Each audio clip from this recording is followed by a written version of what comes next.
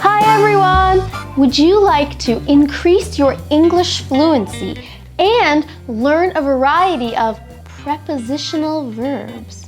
Welcome to Jen's Jyugyou.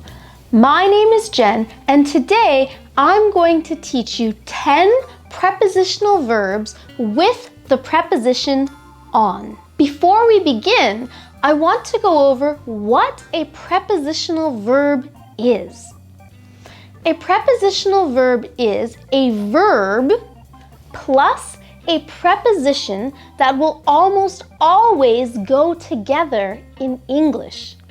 Prepositional verbs are different from phrasal verbs. You might remember from some of my other lessons that a phrasal verb is a verb plus a preposition together that will create a new, often non-literal meaning. However, with prepositional verbs, the meaning of the verb does not change. However, to make a grammatically correct sentence, you need the preposition that comes after it. Another really big difference between phrasal verbs and prepositional verbs is that phrasal verbs can often just finish with the verb and the sentence can be complete that way. But if you have a prepositional verb, after the preposition, you must always use an object. You must have a noun or a pronoun after that preposition. If we take this example here, dream on, do you think it will be a prepositional verb or a phrasal verb? I'll put it in a sentence for you. You think you're gonna get that super attractive girl to go out with you? Dream on. In that example, you can tell that dream on is a phrasal verb, not a prepositional verb, because after the preposition on, there is no object. In addition, dream on has a new meaning separate from just the word dream. To dream on is a comment that is used to someone to say, you think whatever is possible, but it's impossible. It's not very likely to happen. You think you're going to win the lottery? Dream on. So that is a phrasal verb. But prepositional verbs, when they are used, keep the original meaning of the verb. You just need the preposition to help link your sentence together smoothly. So keeping this information in mind, let's take a look at 10 prepositional verbs that are all using the preposition on. Our first prepositional verb with the preposition on for today is to plan on. Plan on. So to plan on something means that you expect to do it. You have planned and prepared to do this event or activity. For example, I got an invitation to my friend's wedding and I plan on attending. If we took away on, just I plan attending, the sentence is incorrect. Plan on plus your object. Number 2 is agree on.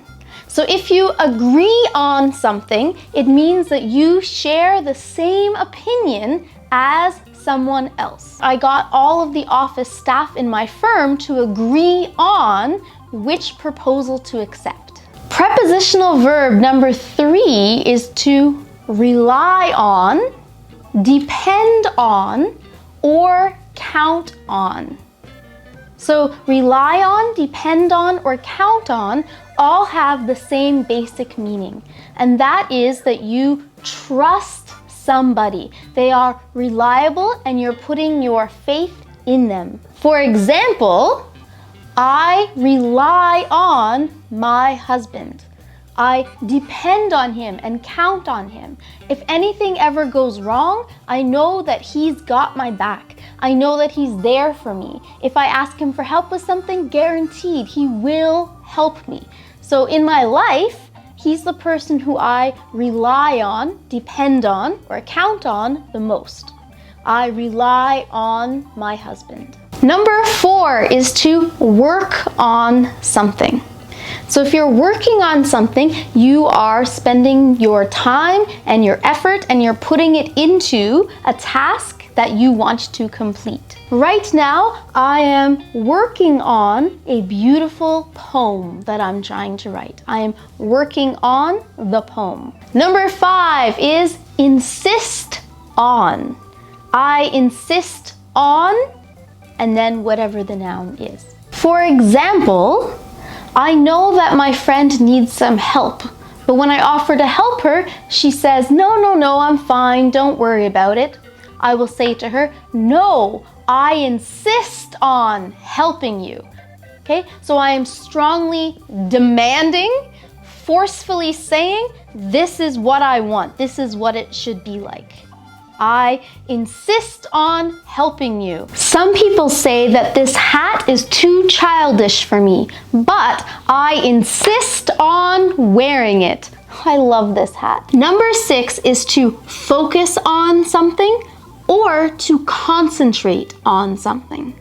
If you are focusing on something or concentrating on something, it means that you're putting all of your effort and energy and attention into what you are doing.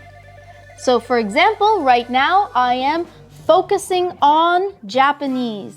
I am concentrating on my studies.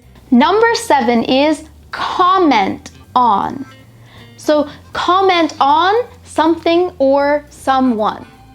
So this means to give a verbal or written account of your opinion about something or some remarks or reaction that you have to something. If you liked this video, please comment on it below. Number 8 is impose on. If you impose on someone, it means that you are obtruding. You're sort of forcefully putting yourself into the situation and taking advantage of someone's kindness. For example, maybe when I visit Japan, I will stay with my in-laws. So I might say to them, I'm sorry for imposing on you, because they are letting me stay at their place and I'm taking advantage of their kindness by staying in their house. So I will say, I'm sorry to impose on you. Number 9 is elaborate on. To elaborate on something means to expand on it, to talk about it in more details and give more information. My friend was telling me a really interesting story, but I wanted more details. I wanted her to elaborate on what happened. And our final prepositional verb using on is to decide on something. To decide on something means to choose what it is that you want. You are making a decision. When I go to a restaurant, sometimes it's difficult for me to decide on what I want to eat. Or when I wake up in the morning, I have to decide on what to wear. I mentioned that decide on has the same meaning as to make a decision. If you would like to learn other English expressions using the verb make, please check out a video that I made about collocations and idioms using the verb make. So today you learned what a prepositional verb is and how it's different from a phrasal verb. Plus, you learned 10 useful prepositional verbs using the preposition on. And now it's time for question of the day. Today's question is, who do you rely on? In your life, who do you depend on? Let me know in the comments below. Thank you so much for deciding on this video to watch. If you found it useful, please subscribe to Jen's Jyugyou so you don't miss any English lessons, and give this video a thumbs up. Good luck with your English studies, everyone. See you in the next lesson.